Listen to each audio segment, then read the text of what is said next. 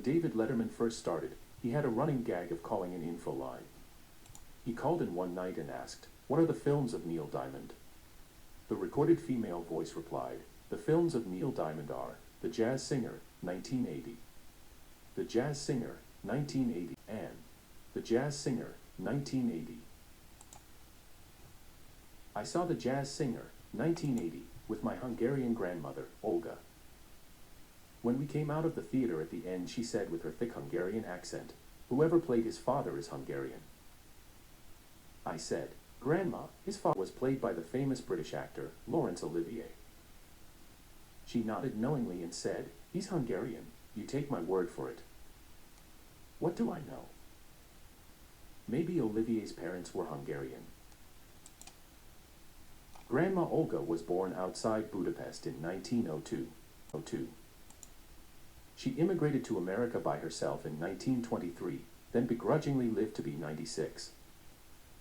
She was the matriarch of our family, but not happily so. She said to me once, 'I've had good times, I've had bad times, but mainly, bad times.' She was an inspiration. My cousin Eric, who is the same age as me, stuttered as a kid. He worked hard, and over the course of 20 years he overcame the speech impediment. Eric decided to go to law school and become a lawyer. He told Grandma Olga, and she said, 'Don't, you'll fail.' Well, Eric not only became a lawyer, he became a litigator. He did anything but fail. If Olga wanted to make me really fucking mad, to prove I loved her, I suppose, she could do it any time she wanted. One night I was driving her home, and I would guess I was about 35 years old, where she suddenly said, 'Go back to college. Get a degree. Get a good job.' I'd already written and directed 2 feature films and thought I was doing pretty well. My completely irrational response was to scream as loud as I could and drive off the road.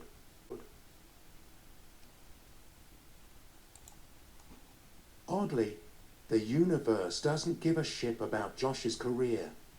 Grandma Olga got sick again. Josh flew back to Michigan, and lucky for Josh, he didn't have a pesky job getting in his way. He moved Grandma Olga into Sinai Hospital, where he was born, in Detroit. This is where she began her final losing battle, at the age of 95, and mentally, she was completely with it.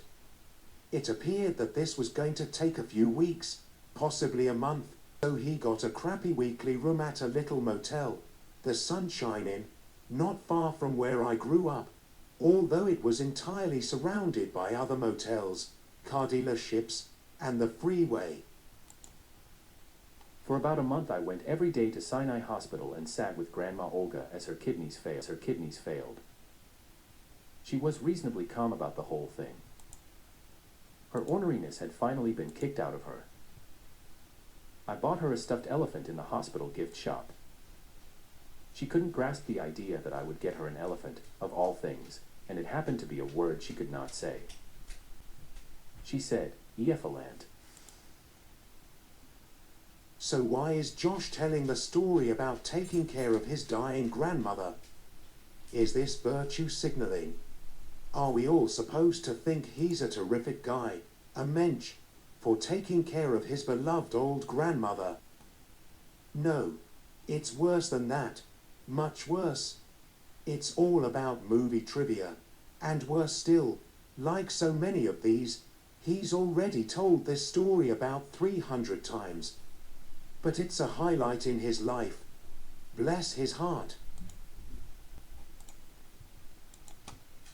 The Jewish Federation has elderly workers who come to the hospital and tend to anyone and everyone. They find out whatever the patients need or want and get it for them.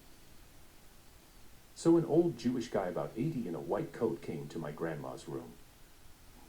He wore a black name tag on his chest that said, Pasternak. The most famous Pasternak I know of is Boris Pasternak, who wrote the book, Dr. Zhivago. So, of course, I asked, "Are you related to Boris Pasternak?" And he said no. I'm sure that's where the conversation generally ended with most people. Not. I asked, Are you related to the movie producer, Joe Pasternak? He looked at me with a level of astonishment that bordered on fear. How the fuzznut did this frumpy schmuck know that? He said, yes. He was my uncle. I said, he never made a movie that didn't make money. He was second in command to Arthur Freed. He produced all of the Esther Williams and Deanna Durbin movies. I read his autobiography, Easy the Hard Way, which was very good. I sort of frightened him, as you can easily understand.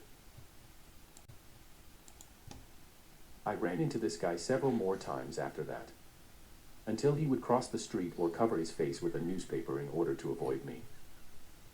I forget his name, Shem Pasternak, or whatever, but he really had no idea what his uncle had accomplished. To be clear, and get out of this, according to me, Joseph Pasternak was more important than his nephew had any idea. He produced Judy Garland and Gene Kelly's earliest movies, and Judy's last MGM movie, Summer Stock, 1950, as well as the classic film, Destry Rides Again, 1939, with James Stewart and Marlena Dietrich. Thank you for listening to Crack of Dawn. The sun is breaking through, so time for me to go back to friggin' bed. Have a blessed day, my homies.